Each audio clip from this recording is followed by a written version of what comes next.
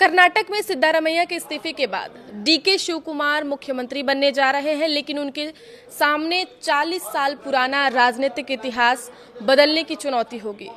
कांग्रेस चाहती है कि वह 2028 चुनाव में पार्टी को दोबारा सत्ता दिलाए। जातीय समीकरण, सिद्धारमैया की सक्रिय मौजूदगी और भाजपा का दबाव उनकी राह मुश्किल बना सकता है।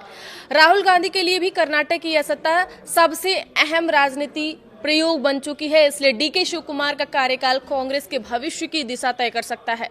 नमस्कार, मैं रजनी चौबे और आप देख रहे हैं न्यूज 18 का डिजिटल प्लेटफॉर्म।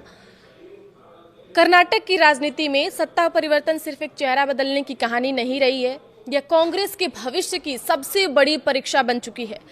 सिद्धारमैया के इस्तीफे के बाद डीके शिवकुमार को मुख्यमंत्री की कुर्सी मिलने जा रही है, लेकिन यह ताज फूलों का नहीं बल्कि कांटों का माना जा रहा है। कांग्रेस हाईकमान ने यह फैसला ऐसे वक्त में लिया है जब पार्टी दक्षिण भारत में अपने सबसे मजबूत सरकार को किसी भी कीमत पर बचाए रखना चाहती है। राहुल गांधी की रणनीति साफ है, कर्नाटक को 2028 चुनाव तक कांग्रेस का मॉडल राज्य बनाना है, लेकिन मुश्किल यह है कि पिछले 4 दशक में यहां कोई भी सत्ताधारी दल लगातार दूसरी बार सत्ता में वापसी नहीं कर पाया है। ऐसे में शिवकुमार के सामने सिर्फ सरकार चलाने की चुनौती नहीं होगी, बल्कि उन्हें इतिहास बदलने की जिम्मेदारी भी निभानी होगी। यही वजह है कि दिल्ली से लेकर बेंगलुरु तक इस बदलाव को कांग्रेस के लिए सबसे बड़ा राजनीतिक दाव माना जा रहा है। डीके शिवकुमार को संगठन का मजबूत खिलाड़ी माना जाता रहा है। संकट के समय विधायकों को संभालने से लेकर पार्टी को टूटने से बचाने तक उन्होंने कई बार अपनी उपयोगिता साबित की है, लेकिन मुख्यमंत्री बनने के बाद समीकरण पूरी तरह बदल सकेंगे। अब उन्हें विपक्ष के साथ साथ अपनी ही पार्टी के भीतर असंतोष को भी साधना होगा। सिद्धारमैया भले ही कुर्सी छोड़ चुके हों, लेकिन उन्होंने राज्यसभा जाने से इनकार कर संकेत दे दिया है कि वह अभी भी कर्नाटक की राजनीति में सक्रिय भूमिका निभाएंगे।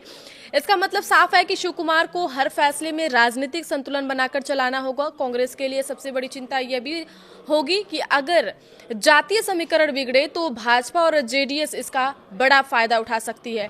कर्नाटक में पिछले 40 दशकों से कोई भी सरकार लगातार दूसरी बार पूर्ण बहुमत के साथ सत्ता में नहीं लौटी है। कांग्रेस ऐसा चाहती है कि डीके शिवकुमार इस मिथक को तोड़े। पार्टी का ऐसा मानना है कि उनकी आक्रामक शैली और संगठन पर पकड़ आगामी चुनाव में फायदा दिला सकती है, लेकिन यह राह आसान नहीं होगी, क्योंकि सत्ता विरोधी लहर को रोकना सबसे मुश्किल काम माना जाता है।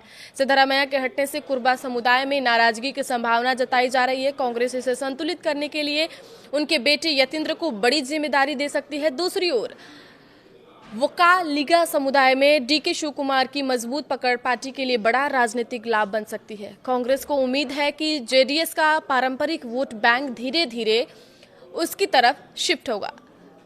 राजनीतिक विश्लेषकों का ऐसा मानना है कि शिवकुमार की सबसे बड़ी ताकत उनकी फाइटर वाली छवि है। वह जमीनी नेता माने जाते हैं और गांधी परिवार के बेहद करीबी भी है।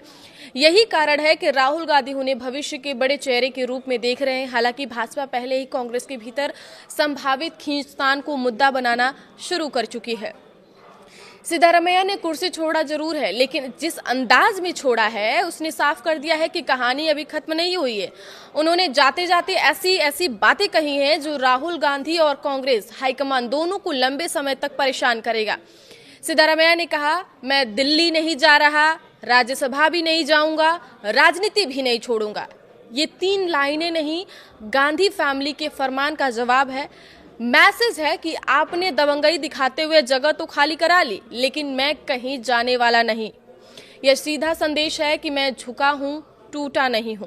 कांग्रेस की राजनीति लंबे समय से एक अजीब बीमारी से गुजर रही है। पार्टी उन नेताओं को कभी पूरी तरह स्वीकार नहीं कर पाती जिनकी अपनी जमीन हो, अपना जनाधार हो और जो दिल्ली की तरफ देखकर राजनीति न करते हो। सिद्धारमैया उसी प्रजाति के नेता है। कर्नाटक में उनका अपना वोट बैंक है, अपनी सामाजिक पकड़ है, अपनी राजनीतिक शैली है। वे उन नेताओं में नहीं है जो सिर्फ हाईकमान के भरोसे चुनाव जीतते हैं, और शायद यही बात दिल्ली को हमेशा असहज करती रही है। आगे की खबरों के लिए आप बने रहिए न्यूज़ 18 के साथ। धन्यवाद।